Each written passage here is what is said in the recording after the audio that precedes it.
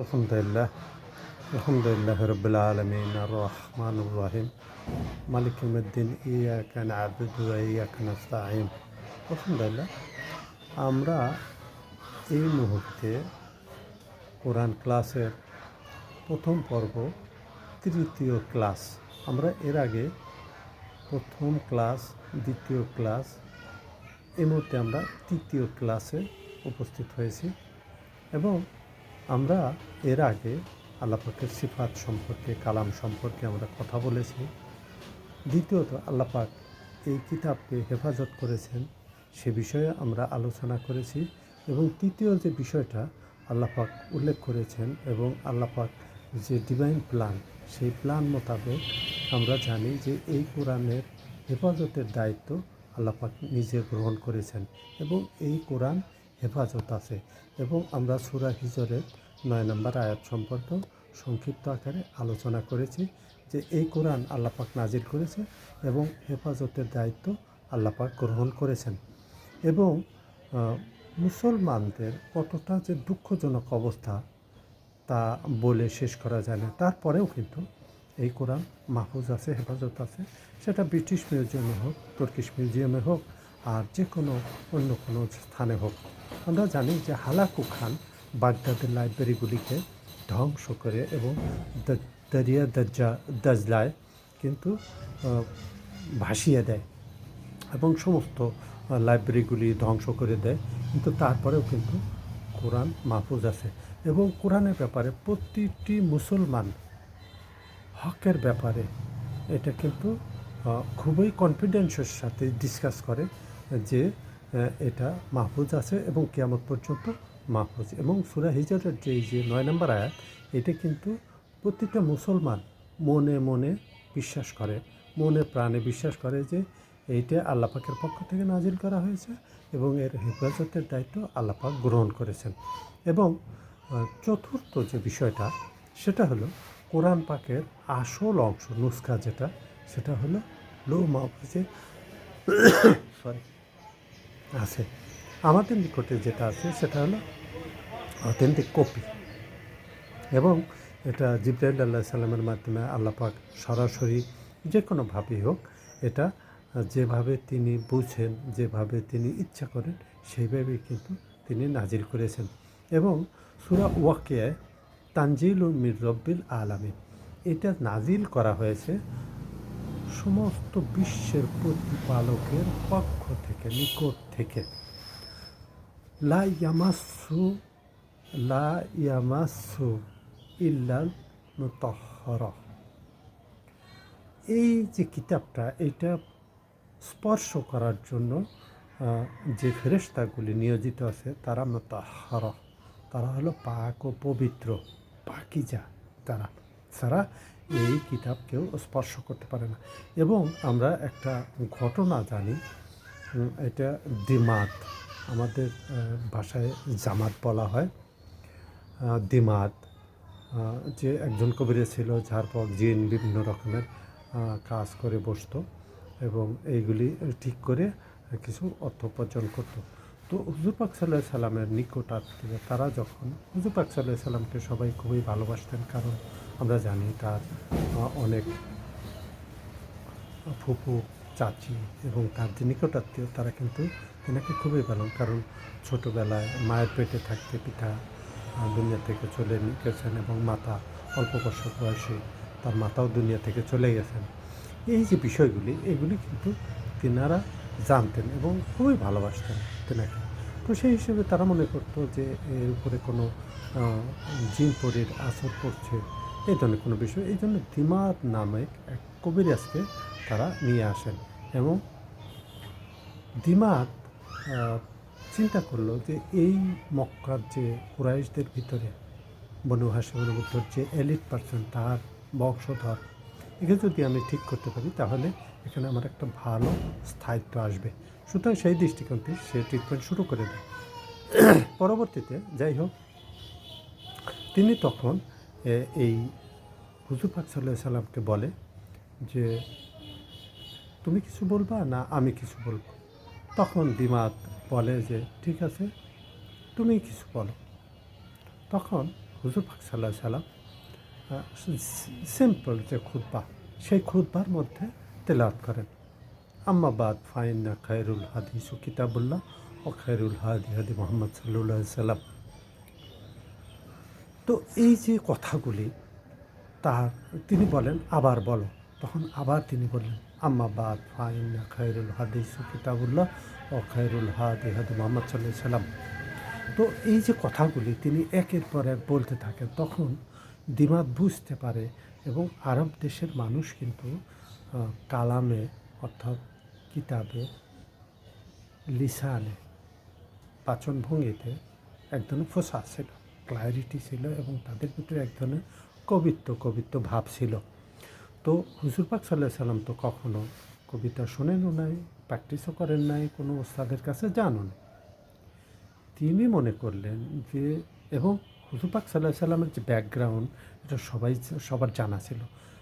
সুতরাং তারা যখন বুঝতে পারলো যে হঠাৎ করে কী এমন ঘটনা ঘটলো এবং এই ঘটনা তাদের কিতাবে অর্থাৎ তওরাতেও আছে, তো তখন তারা বুঝতে পারলো যে এইটা সেই যেটার কথা তাদের কিতাবেও লেখা আছে।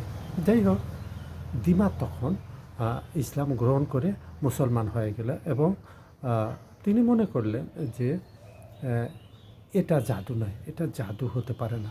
এখন প্রশ্নটা হলো যে যারা বুঝতে পারলো এটা জাদু নয়, এটা আল্লাহ পাকের কালাম, অথচ তারা কিভাবে এই বিষয়টা নেয় এবং নিতে পারছে, অথচ যারা জ্ঞানী না, কিতাবের কোনো জ্ঞান নেই, তারা কিন্তু এই বিষয়টা সহজভাবে গ্রহণ করতে পারেনি। সুতরাং আল্লাহ তার রাসূলকে দুনিয়ায় পাঠানোর কিছু উদ্দেশ্য থাকে এবং হক প্রচার করা এবং বাতিলকে বিতাড়িত করা। এবং যুগে যুগে যত নবী রাসূল দুনিয়াতে আগমন ঘটেছে এবং তাদের সাথেও কিন্তু এই ধরনের ঘটনাই ঘটেছে। তাদের কথা বেশিরভাগ লোকই প্রত্যাখ্যান করেছে, অল্প কিছু সংখ্যক লোক গ্রহণ করেছে। এবং সূরা যুখরুফে কিন্তু এই কিতাবকে বলা হয় উম্মুল কিতাব। উম্মি মানে হলো মা, উম্মি মানে হলো আমরা যেটাকে বলি মায়ের পেটে ইউটেরাস, যেখানে বাচ্চা হেফাজতে থাকে। সুতরাং এই কিতাব হলো কিতাবের বেস, কিতাবের ফাউন্ডেশন। সুতরাং এই কিতাবের কোনো সন্দেহ নেই এবং এই কিতাবের ব্যাপারে কোনো কথা নেই। কারণ হলো এই কিতাব হলো আল্লাহ পাকের পক্ষ থেকে, এটা এমন একটা কিতাব যা আসলেই মজেজা। আমরা 5 নম্বর যে পয়েন্টটা আলোচনা করব সেটা হলো কোরআন পাক হলো মজেজা, দাওয়াতের নবুয়ত কিয়ামত পর্যন্ত। কারণ হুজুর পাক সাল্লাল্লাহু আলাইহি সাল্লাম, মুসা আলাইহিস সালাম, অন্যান্য ঈসা আলাইহিস সালামের যে মজেজাগুলি ছিল সেটা প্রমাণ করা যাবে না, কিন্তু হুজুর পাক সাল্লাল্লাহু আলাইহি সাল্লামের উপরে যে, এবং হুজুর পাক সাল্লাল্লাহু আলাইহি সাল্লামের উপরে অনেক মজেজা ছিল। তিনি 360 ডিগ্রি দেখতে পেতেন, পিছনেও দেখতে পেতেন এবং তার শরীর থেকে ঘাম থেকে সুগন্ধি বের হতো। সেগুলি আমরা এখন প্রমাণ করতে পারবো না, আমরা শুধু কিতাবে লিপিবদ্ধ আকারে সেটা বর্ণনা করতে পারি। কিন্তু এই কোরআন পাক আমরা কিয়ামত পর্যন্ত আমরা বর্ণনা করতে পারবো এবং সবাইকে বুঝাতে পারবো যে এই কিতাবটা এরকম এবং এই কিতাবের মধ্যে যে কথাগুলি আছে সেগুলি অথেন্টিসিটি কতটুকু, কীভাবে, কী প্রকারের। সুতরাং এই যে আল্লাহ পাকের যে কিছু ডিভাইন নলেজ, ডিভাইন প্ল্যান, তার যে সারাংশ এবং সবচেয়ে গ্রহণযোগ্য যে কথাগুলি, সেই কথাগুলি কোরআন পাকে উল্লেখ করা হয়েছে।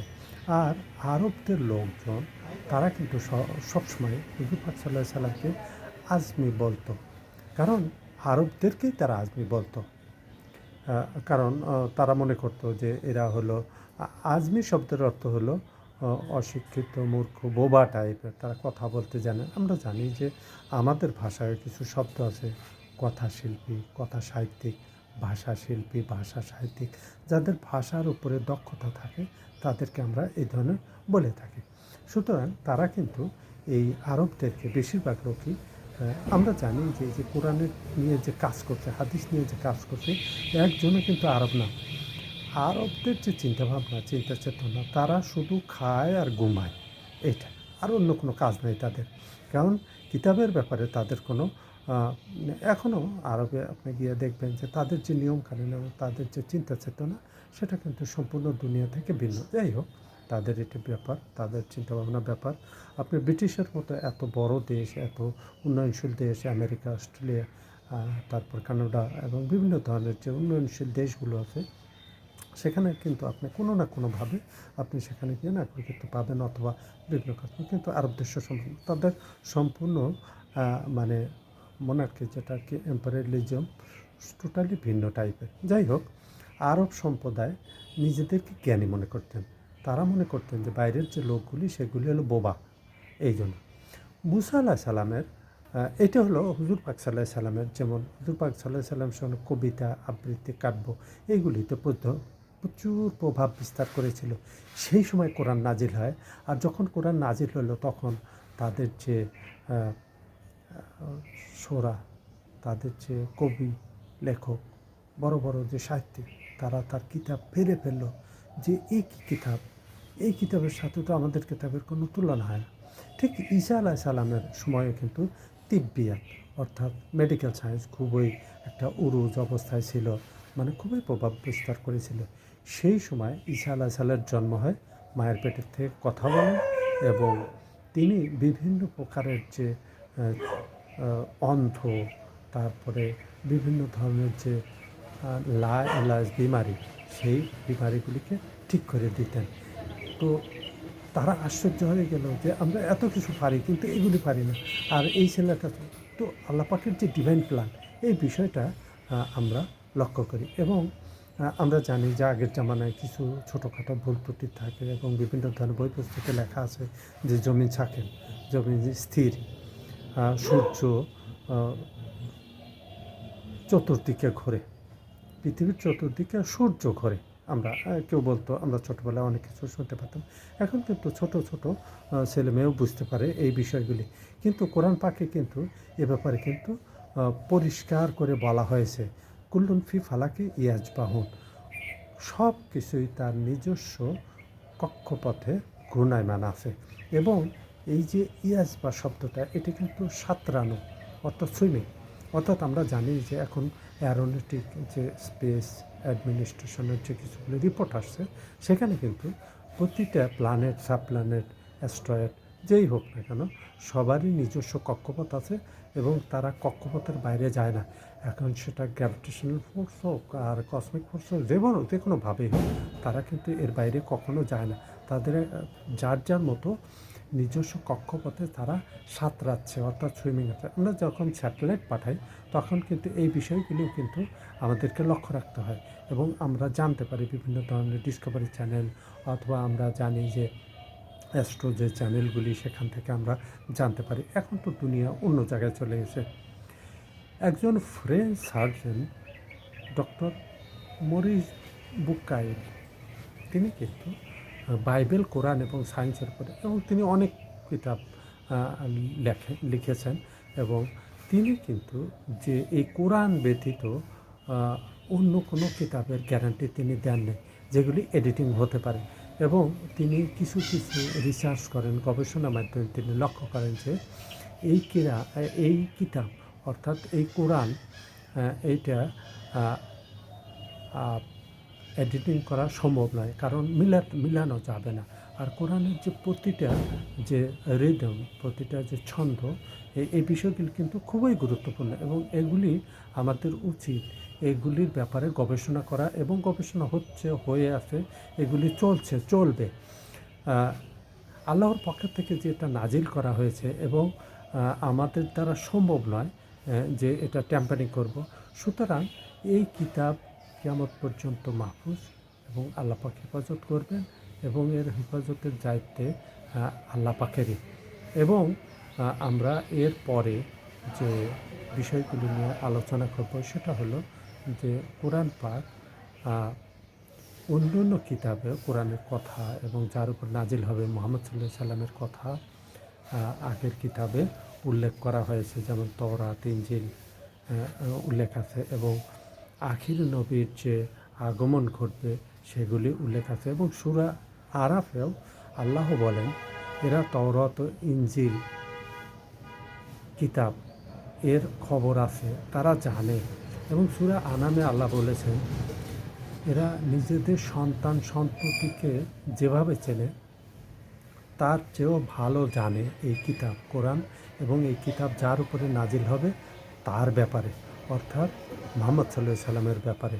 আমরা এরপরে 6 নম্বর যে পয়েন্টটা, সেই পয়েন্ট নিয়ে আলোচনা করব। ওমা আলাইনা ইল্লাল বালাগ। জাযাকাল্লাহু খাইরান ওয়া আহসানুল জাযা।